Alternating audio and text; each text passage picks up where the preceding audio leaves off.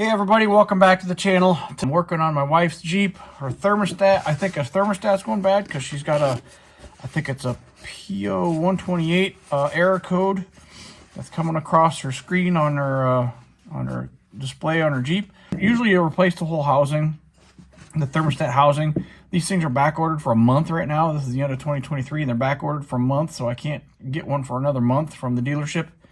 So I decided I'm going to just replace the thermostat itself.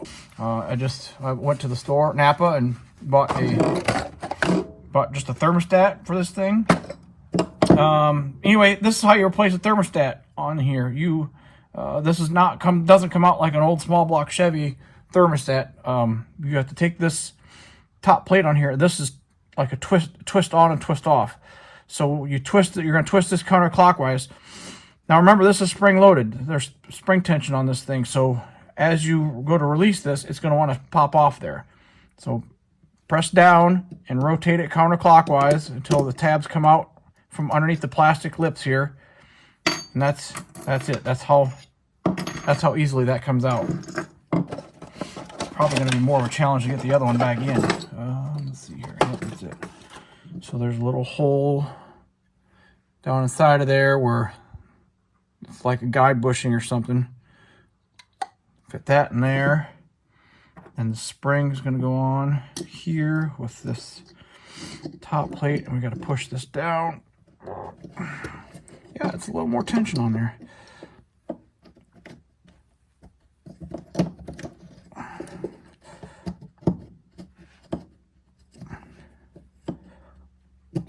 Oops, got one of them. Gotta hold your tongue just right, apparently, on this one. I don't think it makes a difference if it goes one way or the other.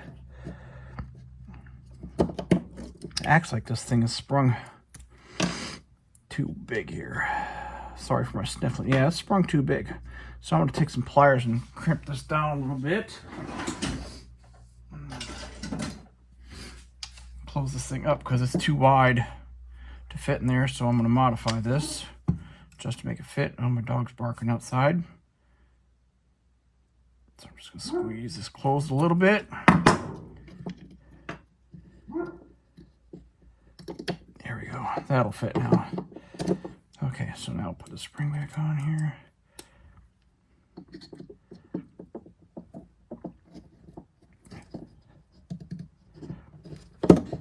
And if you do this just right, that puppy will come loose and pop you in the face and hit you right between the running lights. And it'll probably sting pretty good. So keep your face out of the line of fire. There we go. Just take some pliers and force it on there, I think. All right. Let's get this one on just a little bit farther. Oops. There we go. Looks like that's it. So I'm going to pop this gasket off.